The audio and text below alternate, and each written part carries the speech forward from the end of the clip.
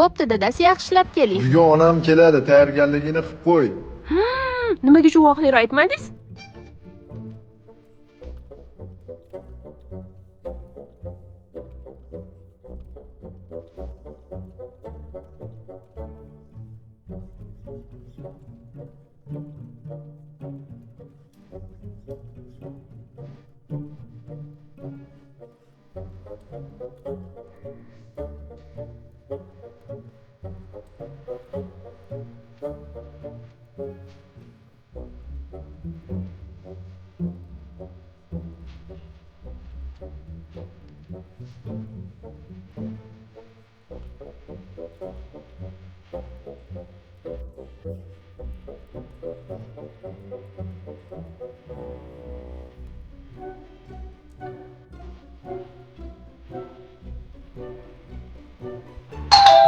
Kelin, ovqatlaringiz juda ham mazali bo'ldi. Yoningizdagi parashok nima?